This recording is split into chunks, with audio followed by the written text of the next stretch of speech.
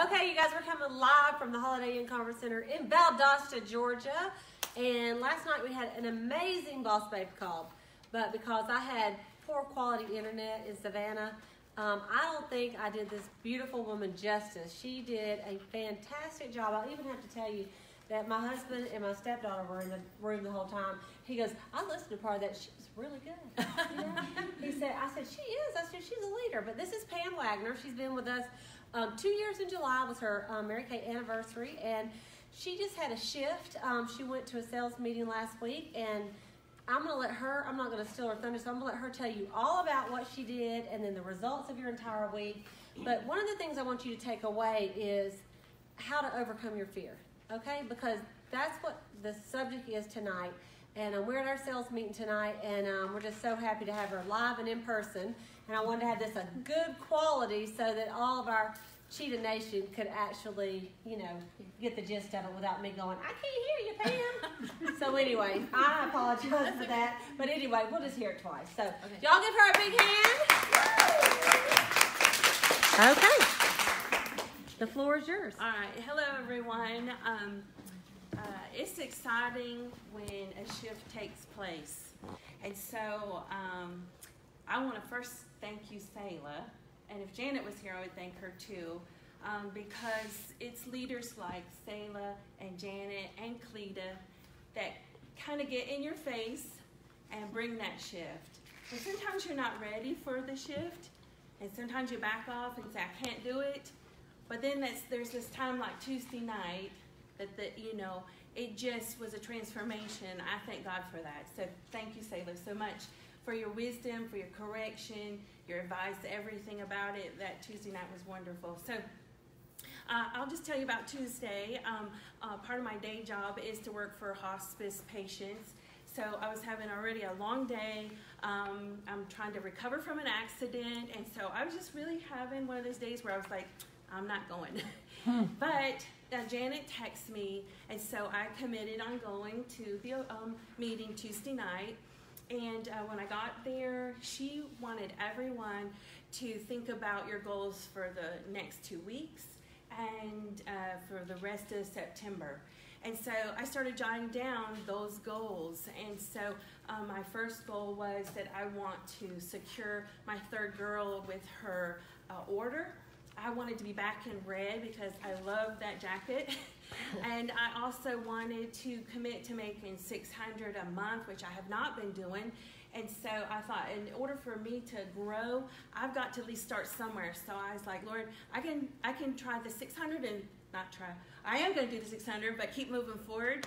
And so those were just some of my goals. And then Janet asked us to come to the front, and we shared those goals.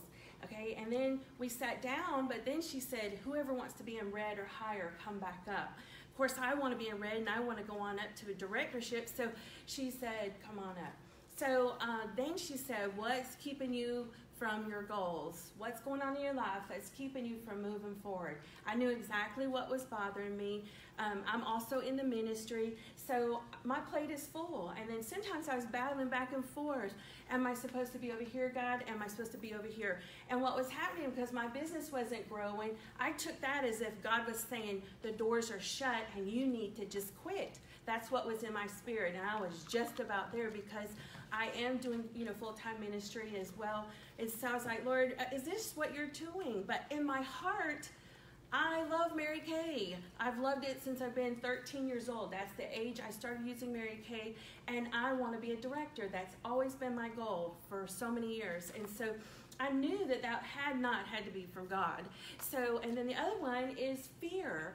As a child, I was rejected from my father from a very early age on till the day he died. And so that anytime someone said no to me, I don't want to book an appointment, or they canceling me, or they didn't order, blah, blah, blah, I shut down. When I say shut down, I shut down. And I didn't want to do Mary Kay. Even though in my heart I want to do it, but I just couldn't do it. So I knew those issues.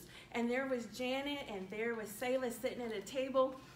They didn't care about your excuses. They wanted to go ahead and correct you right there and bring some correction and bring some advice and some wisdom So I took that. I mean, I was about to break. I was about to cry. But what it did was it brought healing to me to get this out of my system, acknowledge it in front of a room full of ladies. And that was kind of like the first part of the shift, that I was able to just get it off, confess it. Okay, I'm not just a bum and I'm not doing my Mary Kay. I have, some things going on that I just need to work on. So anyways, that was really cool because they just corrected me, gave me advice, and so I sat down and I began to just kind of write some things down. But then Janet was talking about working your business with a purpose. And she said, if you were having a meeting with Mary Kay next week, what would you say to her? I knew right then, zero productivity and embarrassment. I'd be embarrassed. I couldn't do it. And that right there, in my mind, I know I'm a leader. I'm a leader in our church. I'm a leader with other things. And I was like, I cannot face Cleta. I can't face Selah or Janet or another leader and say, I've done zero work. Each one of us can do something to move one more notch ahead, whether it's call or whatever, book. And so Janet also and put some flyers out on the table, and we picked them up, and I was just sitting there looking at it. And so I just thought, well, what could I do to move forward? And so there was something else that she was talking about. I'll come back to in a minute. But so I just thought, well, she talked about captains. And I played ball growing up, and I've always been a captain. And so we were supposed to compete against teams, and we're coming next week to compete with each other. And so I thought, I'm going to win because I don't like to lose. I'm not a loser, and I don't want to do it. I want to win. So I started writing down things already, what I'm going to do.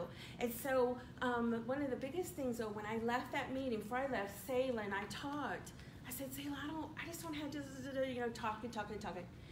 She's just like, you just got to do it no matter what. Keep moving forward. Just do it. I like when, it's not always easy when that pruning takes place in your life, but in the end results, you have growth. In order for a tree to grow, it has to be pruned. Just like that. God does that in our life. He prunes us so that we can move forward. And so when I got home, I thought, I'm going to win. I'm going to do whatever it takes to win. And so I knew that I had this right here, and it's the cancer care package for $40.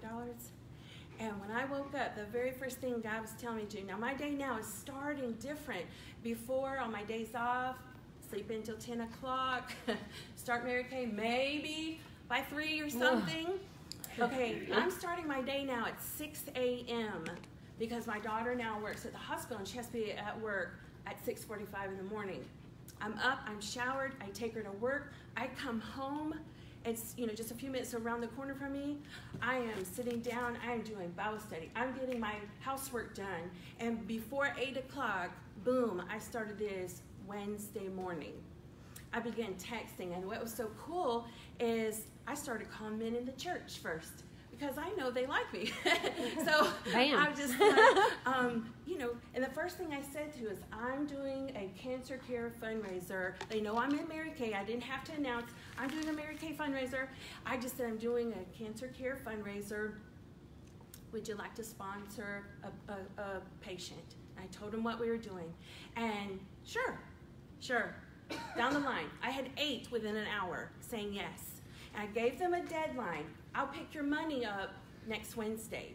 See, I had to do that because people will tell you they'll do something and then you don't collect the money. That's right. They knew I was coming to them Wednesday night. And I work in the children's department, so they knew I was coming before church to get them so they wouldn't have to leave and get their money. All right, so I just began to do that. Strategy here, ladies. It is strategy. So I had a goal, and the thing was, I said, Lord, I just want to do 600. I want Cleta to be so proud of me that I just do a 600 this month. I didn't know that God was about to blow out. And, well, I will say this before I did this call. God got me into the Word first, and he started talking to me about fear. And Janet said the same thing, and she was so bold. She said, you're in the ministry, and you don't know what fear is? Oh man, that cut me to the heart, because I am what's called a children's pastor. I teach on fear. I teach on all kinds of things that the enemy takes after, tries to take after you or goes after you. So, but I didn't want to make it aware in my own life. I don't want people to know I'm fearful, but I was. So I did. God had me open up all these scriptures on fear. And then I watched a video and just did a Bible study for a good, 30 minutes or so. And then prayed over it. And I began to write my goals down in a journal. I haven't journaled in a long time, but I began to pray to the Lord in a journal. Say, God, these are my goals, and I'm going to watch how you do it. I know you're going to answer me. So by that afternoon, even the next day, I had 15 on the books here. And it was just so cool because I just did it so simple. We're just doing a cancer care fundraiser. Would you like to sponsor a patient? I had people in the church said, I'm so glad you asked me because I have somebody in my family who's got cancer right now. It was so easy. And so by Sunday, I had already done over $800 worth. So it was just really cool because I had one person tell me no, and the others one said, they were elderly ladies, said, you know what, we're on a real tight budget, but if I can help you, I may maybe the next time. So, but it was just awesome how I called businesses. Today, I've already contacted realtors that I know, and they're saying, we do this. Get with our home office people. How cool is that, to get your foot in the door with another company? I called people out of town that own businesses. I did a plumbing company that did 3 patients for me today, and $120 right there. But it was a blessing, and he said, I'm so glad that you incorporated our company into what you're doing. And that was just so awesome. So anyways, all I did was just go down and just, ask them would they like to sponsor a patient. On the back, you just put their name and their phone number and how much. And as I collected the money, I put paid or however they paid me. And one of the things that the customers, my customers and even people that are not my customers really appreciated was that I went out and got a box of cards. They're blank cards for $1.88. There's 12 in a box that come with different styles. And so this plumber, he wrote, God is faithful and we love you, and he signed his name. Do you know what that's going to be like to a patient that opens us up, that may not even have life in the next few weeks or a month or a few years down the road or whatever, that's hurting right now, that sees this and knows that they're about to have some products from Mary Kay that's blessing them. It's not about the money. It wouldn't matter if I made $5 off this. It's about me blessing someone because that's my ministry. And that's kind of how the shift was. Like, it took Selah and Janet to put me in a corner. And really, here's the mic. You're in front of a whole group. And it just shifted the whole thing. And what it was, by me kind of stepping over my fear. And one of the things I studied about, it said, do it afraid. I was like, Lord, I'm afraid. I don't like to even pick up the phone. That's just me. I can talk to 100 million people. I do it in church all the time. I go out and talk ministry work all the time. But to ask somebody something, I just have that fear. But God said, do it anyways, like Selah said, and then do it afraid is what one of the studies was. I just did it. I began to call. What that did was, it built my confidence up. And there was a gentleman in my church, it's a big business person. He makes me nervous because, he's so powerful. But I had texted him and he didn't respond to me. But what I did Sunday, I walked right up to him and I said, did you get my text? He said, what text? And I said, the one I sent you about the cancer care fundraiser. Oh, yeah. I said, and do you want to sponsor a patient? And he just looked at me. But for me to say that to him took a lot of guts. But you know what? I've now walked in and called people today. What'd he say? He said, well, my wife holds the books, and I'll get with her and get with you back, get back with you. Okay, well, it didn't matter if he was going to sponsor me or not. The thing was, I don't have a problem. It just kind of went away because I picked up the phone today. I called this realtor. She said, you know what? we love to do it. Now, for me to do that took a lot of guts because I don't like to call people like that. So I'm telling you, whatever it is that you are fearful of, it doesn't matter if it's the phone or you're not getting this, you're not doing this, do it anyways. Just take the first step. My first step was to dial the first person in the church or the first business person. It took a lot for me to call my ex-husband. He owns a big company. Hey, would you like to do this? You know what hit home? His son is almost dying from leukemia. Okay, so it hit home really hard to him. I want to help you. He called me today. I got the check in the mail for you. I love it. You see, so people are hurting. Now, I know that we're to book, recruit, do parties and all this, but for me, I needed to start somewhere. And that is to, answer one of my goals. And that was to do a 600. I surpassed that. So God showed me, okay, now work on the next thing. My next thing was I wanted my other girl put in her order. A few weeks ago, she asked me, well, what's holding you from being able to do this? And I don't know what made me do it, but I just said, you know what? I need you. I need you to be part of this. I love her. She's a great, godly woman. When I called her the other day, she came over, we put her order in, and we sat and we prayed together. She's a powerhouse prayer warrior. I love her, and I even told her today, I was coming up here, she's going to try to go to our TIFTA meeting next week, and I said, Deanna, I need you to come pray with me, because I have these goals I need to be meeting. So before Tuesday, I'd have let all this pass. I would have, because I wasn't there in my mind yet to move forward. And so God don't not only answer the fact that you are a leader, and you need to start working as a leader. And so that kind of shifted that. And I thank you, again, Selah, for the pruning, because to me, that would have been a rejection. And I know Cleta's talked to me for 2 years over stuff. But I wasn't ready yet because, that rejection factor, it sounded like sometimes, like my dad, you're not doing this right, you're not doing this right. I was a straight A student and an excellent ball player, but that wasn't good enough. So to me, in my mind, I was being shut down. So it shut me down. But that's not what it was. Take the pruning and allow these leaders to cut the dead off of you so that you can move forward. It might hurt, you might shed some tears like I did Tuesday night, but when I went to bed that night, I was like, I'm going to be a winner in the morning. And God answered. So and I'm going to leave you with this. I went back in my journal. And I said, thank you, God, for answering this prayer. And I'm writing even in the journal to my children so that one day when I'm not here, they're going to open that journal up and they're going to see how God moved. So that when, they need to see God move in their life, they're going to see how, God moved in my business and my life. So it's pretty cool. And your beautiful recruit, Deanna, just said, you look beautiful, Pam. And so I want to call Selah up to the front. Selah, go over there and join her. Because Selah, it also takes courage to talk to a sister and talk truth. Because it's easy in Mary Kay for us to be fluff, fluff, fluff. But Selah cares about you. For one thing. So does Janet, so do I, of course. But Selah, would you talk just a little bit about the conversation you guys had from your point of view?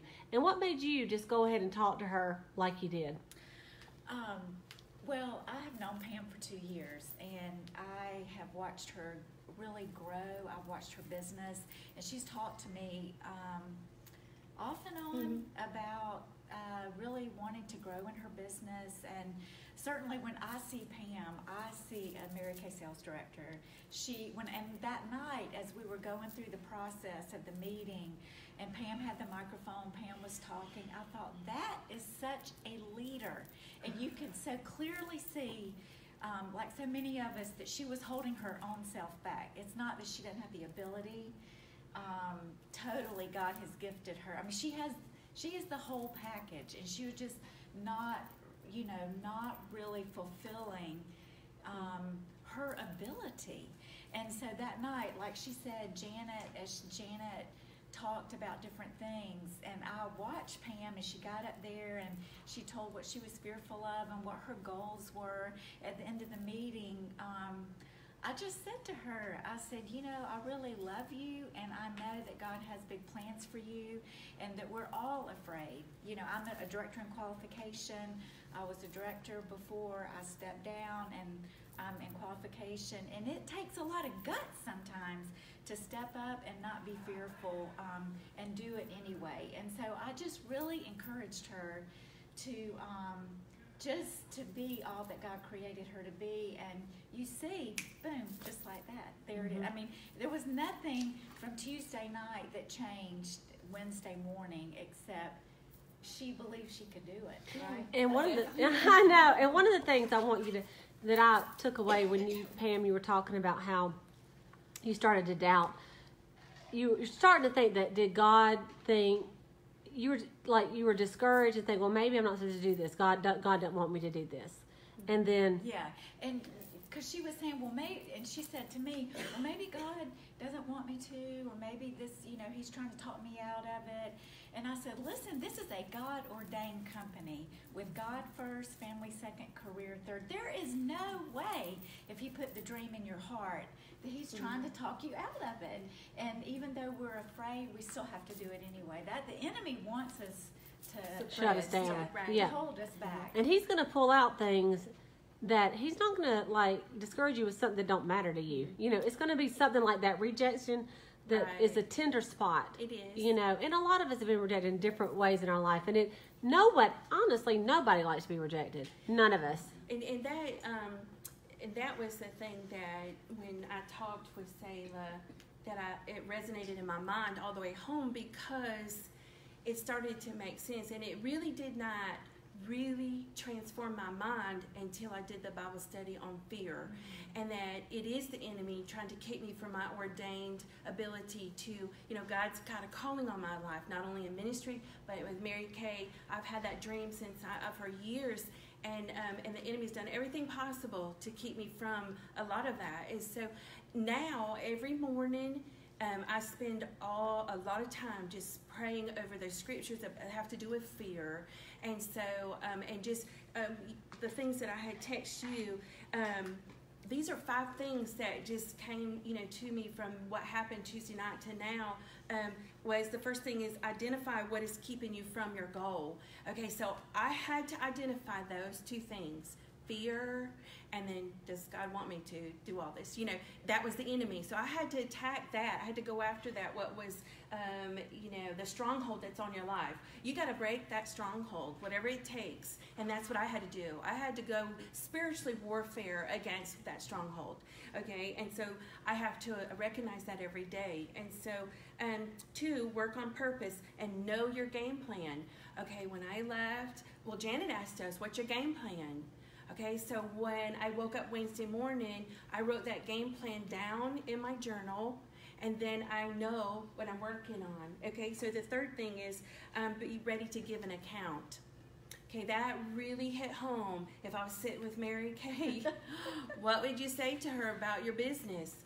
And y'all, I'm talking, I almost cried over that aspect, you know, even praying about it, because I have to give an account spiritually, even in the church. I have to give an account of my studies. I got to tell the pastor what I'm doing. Every move I make with the children's department, I have to tell the deacons. I got to talk to them. Everybody knows, even from the money I use from the church, they know what I'm doing.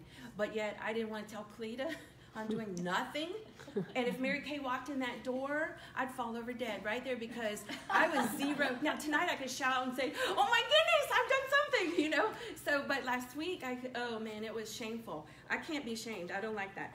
And then change your routine. Okay, that is the next one for it. Change your routine. If something's not working, find out something that will. For me, I have to get up at 6 a.m. anyways now, and I better get running. So, I mean running. I have not stopped since 6 a.m. this morning, but I've already got things lined up that's going to bring productivity into my business this week. So that's pretty awesome. Okay, now, and then 5, be a leader who wants to win. Okay, Janet challenges us that.